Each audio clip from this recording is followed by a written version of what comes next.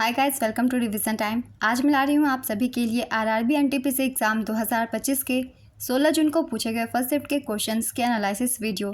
इस वीडियो में आपको जीके और जीएस के क्वेश्चन मिलेंगे और बहुत सारे एक्स्ट्रा फैक्ट्स भी हैं जो कि आपको आने वाले एग्ज़ाम में हेल्प करेंगे। तो जिनके भी एग्ज़ाम हो गए हैं वो अपना आंसर मैच कर सकते हैं और जिनके एग्ज़ाम अभी नहीं हुए हैं वो इन एनालिसिस वीडियो के थ्रू अपनी आगे की रिविज़न कर सकते हैं।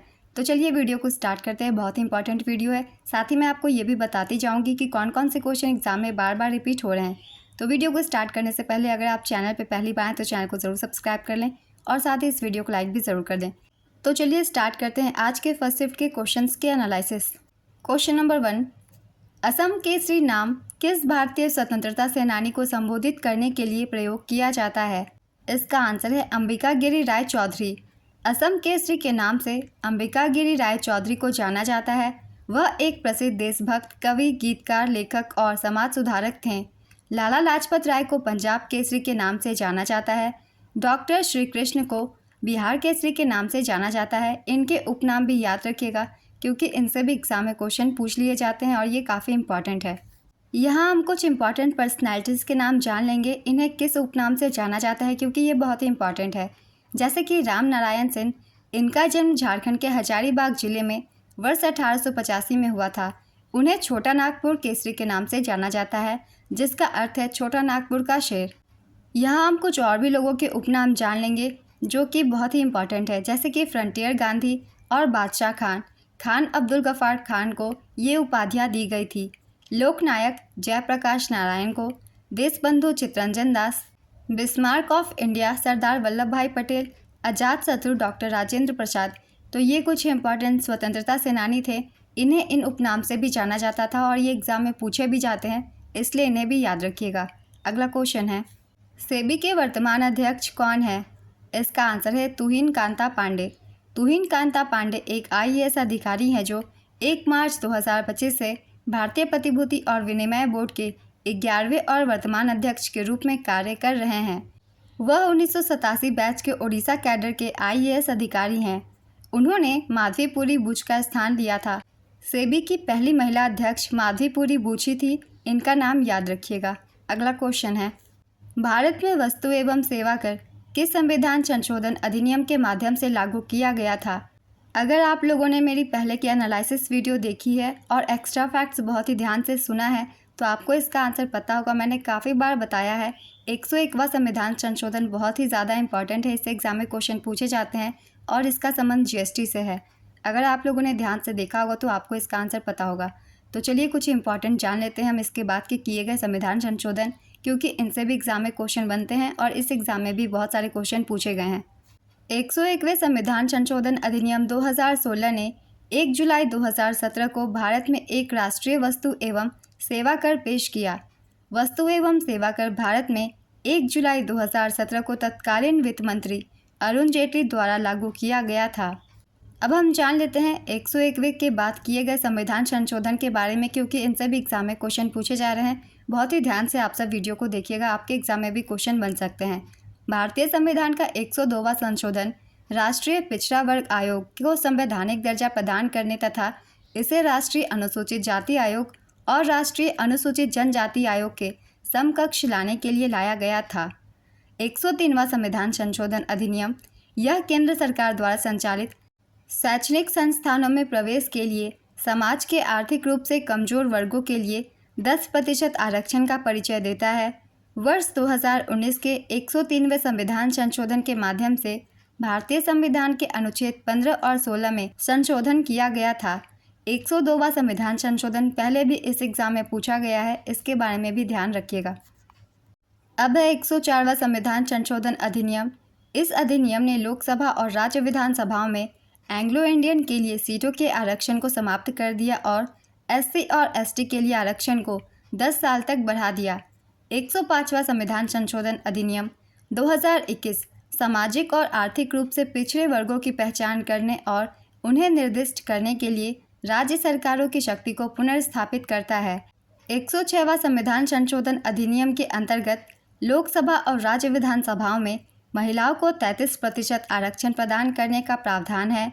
इसके प्रावधान के अनुसार यह उस तारीख से लागू होगा जो केंद्र सरकार आधिकारिक राजपत्र में अधिसूचना द्वारा निर्धारित करेगी। इससे भी एग्जाम में क्वेश्चन पूछे गए हैं, तो इन सभी संशोधनों को आप सब अच्छे से याद रखिएगा। काफ़ी बार एग्जाम में क्वेश्चन पूछे गए हैं। तो चलिए दूसरे क्वेश्चन को देखते हैं। 2011 की जनगणना के अनुसार किस राज्य में शहरी जनसंख्या सर्वाधिक थी? इसका आंसर है गोवा में। गोवा सर्वाधिक शहरी जनसंख्या वाला राज्य है। यहाँ की शहरी आबादी है 62.2%। सर्वाधिक शहरी जनसंख्या वाला दूसरा राज्य मिजोरम है। 52.1% यहाँ की आबादी शहरी है। हिमाचल प्रदेश न्यूनतम शहरी जनसंख्या वाला राज्य है। यहाँ मात्र 10% शहरी आबादी है। 2011 की जनगणना के अनुसार सर्वाधिक शहरी जनसंख्या वाला केंद्र शासित प्रदेश दिल्ली है। यहाँ की 97.5% आबादी शहरी है। 2011 की जनगणना के अनुसार न्यूनतम शहरी जनसंख्या वाला केंद्र शासित प्रदेश अंडमान निकोबार द्वीप समूह है। यहाँ की 37.7% आबादी शहरी है। नेक्स्ट क्वेश्चन, थार के रेगिस्तान में सबसे प्रमुख विलुप्त प्राय प्रजाति कौन सी है? इसका आंसर है ग्रेट इंडियन बस्टर्ड। हाइपरलिंक प्रविष्ट करने का डायलॉग बॉक्स खोलने के लिए किस शॉर्टकट कुंजी का इस्तेमाल किया जाता है? इसका आंसर है Ctrl+K। शिक्षा के अधिकार को किस संशोधन के तहत जोड़ा गया था? इसका आंसर है 86वें संविधान संशोधन के तहत। भारतीय संविधान में शिक्षा के अधिकार को 86वें संविधान संशोधन अधिनियम 2002 के जरिए जोड़ा गया था। इस संशोधन के तहत 6 से 14 साल के बच्चों को मुफ्त और अनिवार्य शिक्षा का अधिकार मिला। इस संशोधन के तहत अनुच्छेद 21A जोड़ा गया। शिक्षा का अधिकार अधिनियम के तहत साल 2009 में बच्चों को मुफ्त और अनिवार्य शिक्षा दी जाने लगी। नेक्स्ट क्वेश्चन, MSMA दिवस कब मनाया जाता है? इसका आंसर है 27 जून को। संयुक्त राष्ट्र महासभा ने 27 जून को MSMA दिवस के रूप में घोषित किया है। नेक्स्ट क्वेश्चन, दाब का विमेय सूत्र क्या होता है?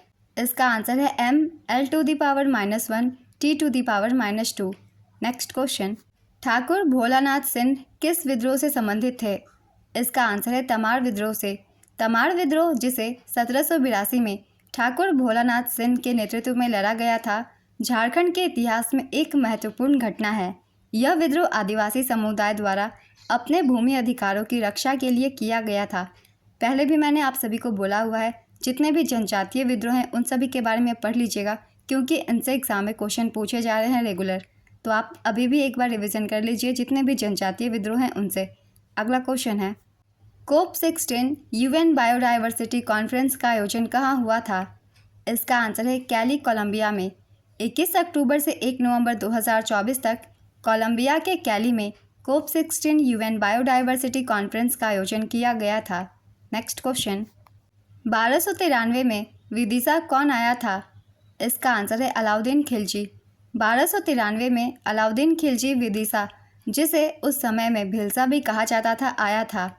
वह दिल्ली सल्तनत के शासक जलालुद्दीन खिलजी के अधीन एक सेनापति के रूप में आया था और उसने शहर को लूटा था। नेक्स्ट क्वेश्चन, मई 2025 में किस देश में आपातकाल की स्थिति घोषित की गई थी? इसका आंसर है चाड में।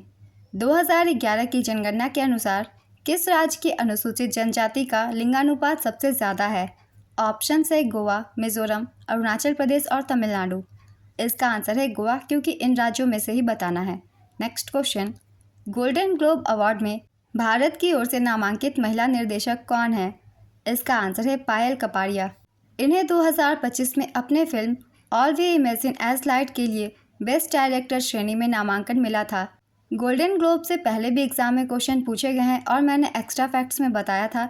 भारत की ओर से पायल कपाड़िया को नॉमिनेट किया गया है। नेक्स्ट क्वेश्चन, प्रासंगिक मेन्यू दिखाने के लिए सबसे आम शॉर्टकट कुंजी क्या है? इसका आंसर है Shift+F10। नीलगिरी पर्वत से कौन कौन से राज्य लगे हुए हैं? इसका आंसर है तमिलनाडु, केरल और कर्नाटक। ये तीनों ही राज्य लगे हुए हैं। ऑप्शंस में जो हो आप उसे टिक कर सकते हैं। नेक्स्ट क्वेश्चन, इनमें से कौन सा द्वीप अंडमान निकोबार द्वीप से संबंधित नहीं है? इसका आंसर है कावर्ती द्वीप। ये लक्षद्वीप से संबंधित है, ना कि अंडमान और निकोबार से। कावर्ती द्वीप केंद्र शासित प्रदेश लक्षद्वीप में स्थित है। नेक्स्ट क्वेश्चन, वित्त वर्ष 2029 तक कितना GDP रहने का अनुमान लगाया गया है? इसका आंसर है $5 ट्रिलियन। IMF के अनुसार भारत की GDP वित्त वर्ष 2029 तक $5 ट्रिलियन से अधिक रहने का अनुमान लगाया गया है। नेक्स्ट क्वेश्चन, हाल ही में किस भारतीय नेता को तिमोर लेस्ते के सर्वोच्च नागरिक पुरस्कार grand collar of order of Timor Leste से सम्मानित किया गया है? इसका आंसर है राष्ट्रपति द्रौपदी मुर्मू को। मार्च 2025 में किस बैंक ने आधिकारिक रूप से सनराइजर्स हैदराबाद के साथ अनन्य बैंकिंग भागीदारी के रूप में साझेदारी की है? इसका आंसर है सिटी यूनियन बैंक। मौर्य साम्राज्य में प्रदिष्ट क्या होता था? इसका आंसर है यह एक प्रशासनिक अधिकारी होता था। नेक्स्ट क्वेश्चन, किस अधिनियम से विदेश सेवा भर्ती होकर सेवा देनी पड़ती थी? इसका आंसर है सामान्य सेवा भर्ती अधिनियम 1856 के तहत। नेक्स्ट क्वेश्चन, मार्च 2025 में अफ्रीकन यूनियन के साथ वैकेशन अवकाश विशेष कार्यक्रम बनाने के लिए कौन सा संगठन सहयोग करेगा? इसका आंसर है विश्व बैंक। नेक्स्ट क्वेश्चन, सृजनम का उद्घाटन किसने किया है? इसका आंसर है डॉक्टर जितेंद्र सिंह ने। केंद्रीय मंत्री डॉक्टर जितेंद्र सिंह ने एम्स नई दिल्ली में भारत के पहले स्वदेशी स्वचालित बायोमेडिकल अपशिष्ट उपचार संयंत्र सृजनम का शुभारंभ किया है। इसे CSIR के तिरुवनंतपुरम स्थित राष्ट्रीय अंतर्विषय विज्ञान एवं प्रौद्योगिकी संस्थान ने विकसित किया है। नेक्स्ट क्वेश्चन, हाल ही में किस देश में अविश्वास प्रस्ताव लागू हुआ जिससे वहां की लोकसभा यानी कि नेशनल असेंबली भंग हो गई है? इसका आंसर है कुवैत में। तो आज के फर्स्ट शिफ्ट की एनालिसिस वीडियो कंप्लीट होती है। अगर आप सभी को ये वीडियो हेल्पफुल लग रही हो तो इसे लाइक ज़रूर कर दीजिएगा और इस तरीके की एनालिसिस वीडियो के लिए चैनल को भी ज़रूर सब्सक्राइब कर लीजिए। तो फिर मिलते हैं अगली वीडियो के साथ। आप सभी को आने वाले एग्जाम्स के लिए ऑल द बेस्ट।